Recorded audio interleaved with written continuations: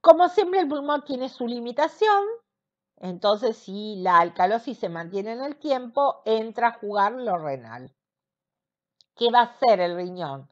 Tratar de retener protones y de eliminar bicarbonato. Simplemente eso es todo.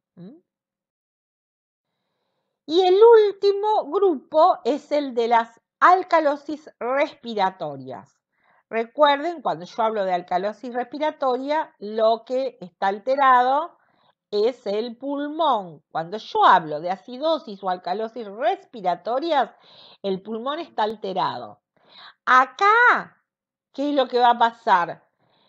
Va a haber un aumento primario de digamos, una pérdida primaria de dióxido de carbono.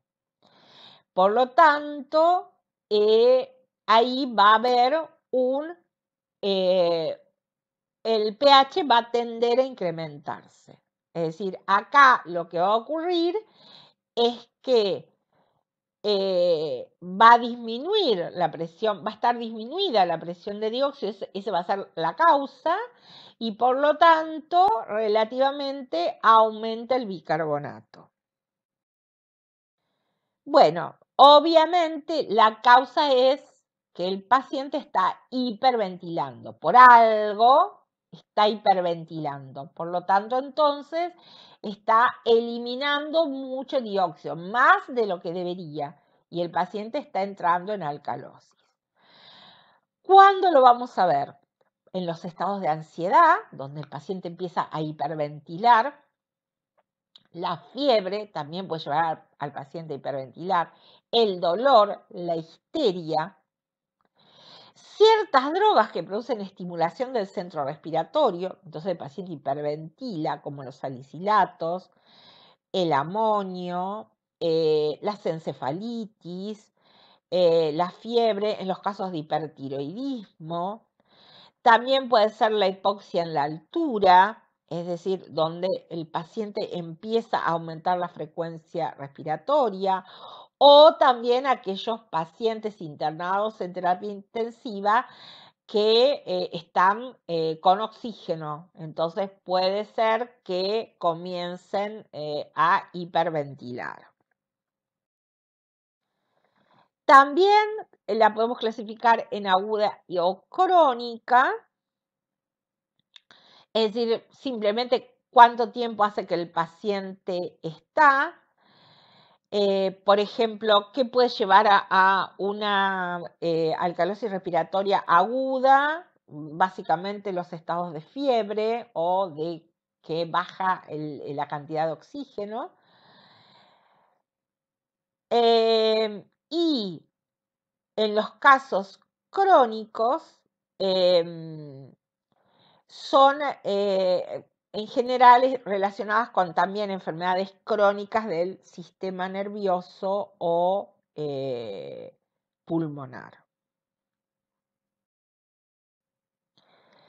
Bueno, ¿cómo va a compensar? Bueno, nuevamente, si la causa está en el pulmón, la única manera de compensar está dada por el riñón. Es decir,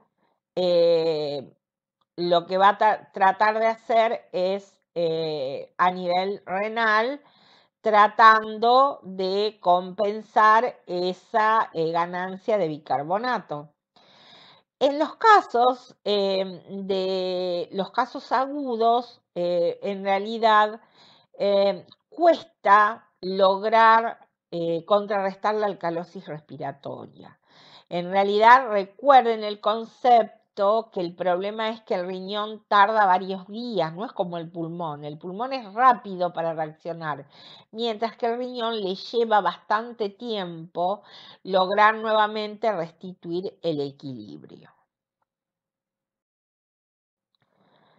Muy bien. ¿Cómo lo va a hacer?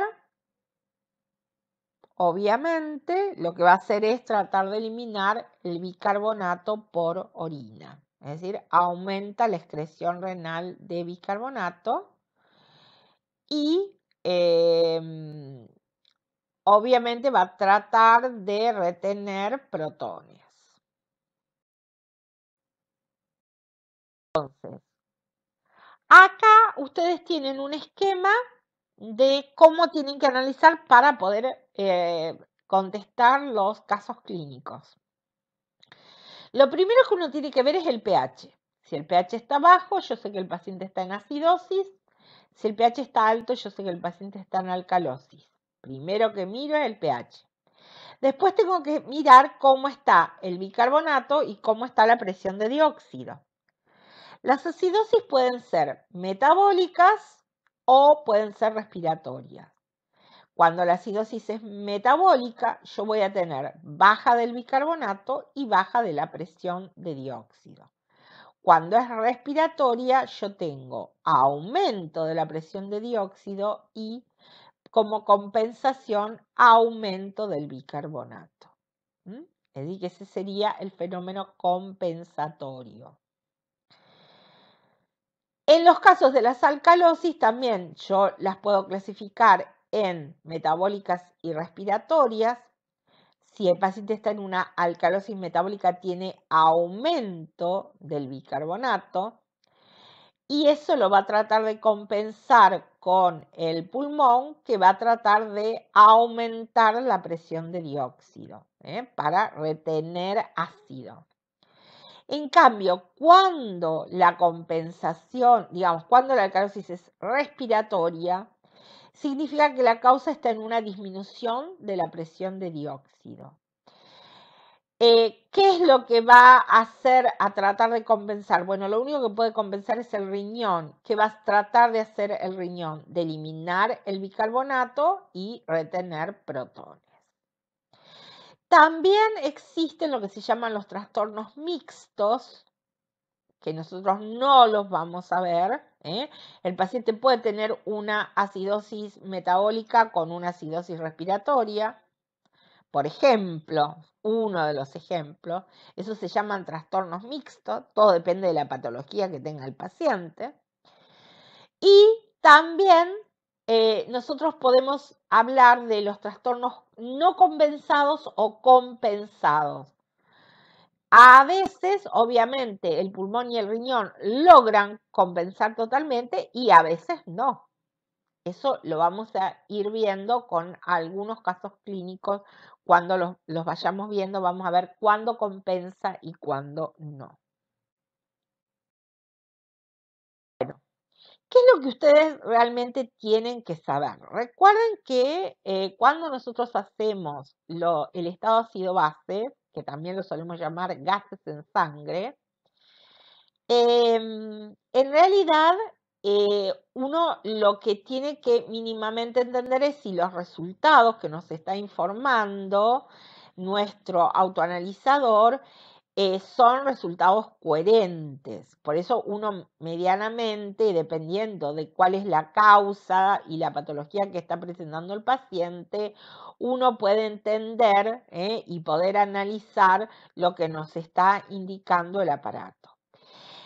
El estado ácido base se hace sobre sangre arterial porque es la que nos habla exactamente de la presión de oxígeno, de la concentración de bicarbonato y de la presión de dióxido.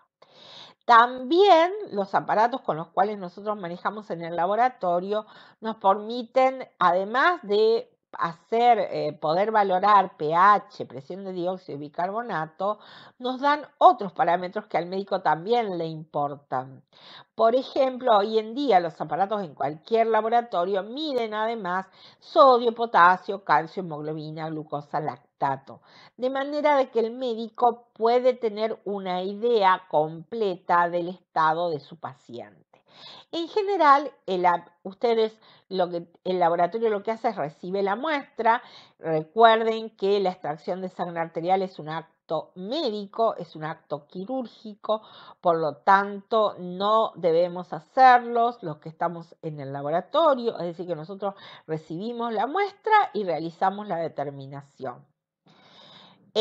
Ustedes homogeneizan la muestra, la colocan en el aparato con el cual ustedes tienen en su laboratorio y el instrumento les va a tirar todos los valores. Ahí a la derecha ustedes ven en general los aparatos nos muestran todos los valores pH, presión de dióxido, presión de oxígeno, los iones, y van a ver más abajo otra serie de parámetros que también le interesan al médico, pero que bueno, no se los explico porque es complicar y me parece que con que ustedes tengan una idea básica de lo que es un estado ácido base y lo que uno tiene que analizar, después en la práctica ustedes van a empezar a hablar de exceso ácido base, de bicarbonato real, bicarbonato corregido, dióxido total, una cantidad de parámetros más que al médico le puede ser interesante para poder definir exactamente cuál es la patología de su paciente, cuál es el trastorno ácido base que presenta el paciente. Bueno, vamos a un caso clínico. Dice, mujer de 48 años acude a la guardia médica en estado de agitación descontrolada. Dice haber ingerido 2 tubos de aspirina con una exploración física normal. Se le hace un estado ácido base, veamos los datos. pH 7,55, presión de dióxido 25, bicarbonato 20, presión de oxígeno 96 y en la química una urea de 23, una glucosa de 91, sodio 146, potasio 3,5, cloro 106, creatinina 0,82. Bueno, con esa urea y creatinina ya sabemos que su riñón está normal, la glucemia está normal, el ionograma está normal. Veamos qué pasa con el estado ácido base. Tiene un pH de 7,55. Recuerden, el valor de referencia es de 7,35 a 7,45. Es decir, que tiene un pH elevado. pH elevado es alcalosis. Muy bien. La paciente está en alcalosis. Yo ahora tengo que saber si es respiratoria o es metabólica. Las alcalosis metabólicas dijimos que eran cuando yo perdía protones o ganaba bicarbonato. Por lo tanto, en la alcalosis metabólica, yo lo que tengo para decir que el paciente tiene una alcalosis metabólica, yo tengo que tener un bicarbonato elevado. Acá, esta paciente, recuerden que el bicarbonato varía entre 22 y 26, con una media de 24. Acá tiene 20, el bicarbonato está bajo. Vuelvo a decir, si en las alcalosis metabólicas yo tengo que tener un bicarbonato elevado. Esto no es una alcalosis metabólica. La presión de dióxido le da 25. En las alcalosis respiratorias, nosotros dijimos que lo que ocurría era que el pulmón estaba hiperventilando, por lo tanto, estaba perdiendo mucho dióxido, más del normal. Por lo tanto, entonces, la presión de dióxido estaba baja. Recuerden, la presión de dióxido varía entre 35 y 45. Acá nuestro paciente tiene una presión de dióxido baja. Entonces, ¿cuál es la alteración? Una alcalosis respiratoria. Bueno, en el TP vamos a hacer una serie de estos casos clínicos para que ustedes se vayan habituando a cuando estamos en acidosis, cuando estamos en alcalosis, cuando una acidosis es respiratoria o metabólica o cuando una alcalosis es respiratoria o metabólica.